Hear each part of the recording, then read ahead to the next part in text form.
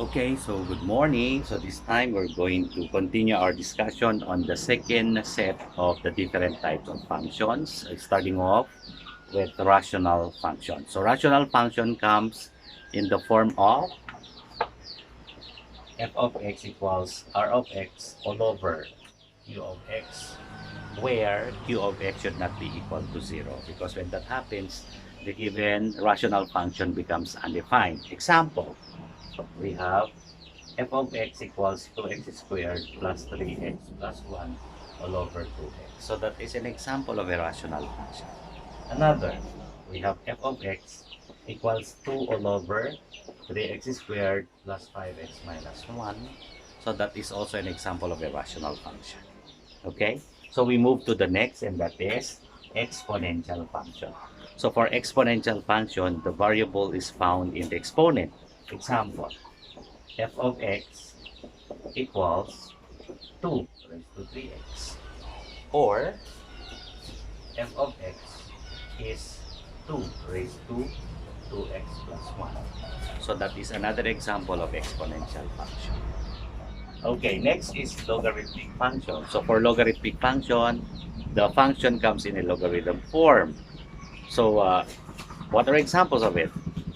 So we have f of x equals the logarithm of 49 to the 7. So that is an example of a logarithmic function. Another, f of x equals the logarithm of 1 over 16 to base 1 half. That is another example of a logarithmic function. So we move on to the next type, and that is absolute value function. What are examples? We have f of x equals the absolute value of x, or f of x equals the absolute value of 2x plus 1 minus 5. So these are examples of absolute value function. We move on to the next one, and that is greatest integer function. So for greatest integer function, the technique there is to just round down based from the given. Example, f of x equals 2.3. So if you're going to round it down, what's going to be the value? That's going to be 2. Round down. Remember the term round down. Next example, f of x is negative 2.3. What's going to be the next integer lower than negative 2.3? And that's going to be negative 2. Take note of the difference. The first is positive and the second is negative. So if you're going to round down this one, it becomes 2. And if you're going to round down negative 2.3, it becomes negative 3. Revisit your number line that for negative integers, the further from 0, the lesser the value.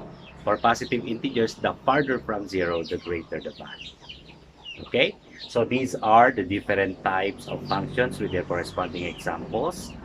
You will be needing this one for our next discussion, which is on evaluation of functions.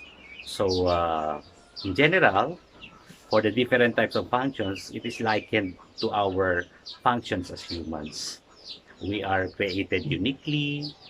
We are functioning based on our designations. So iba-iba tayo ng function sa buhay, in which it makes the world happier to live in. Siyempre, hindi naman pwedeng pare-pareho tayo ng ginagawa. So, magiging boring ang buhay. So, gaya ng mga different types of functions, iba-iba tayo ng role sa mundo. So, isipin mo lang, gawin mo lang ng tama yung role mo para wala kang matatapakan or masasaktan tao. And that will make people happier with your presence. So, maraming salamat and happy watching.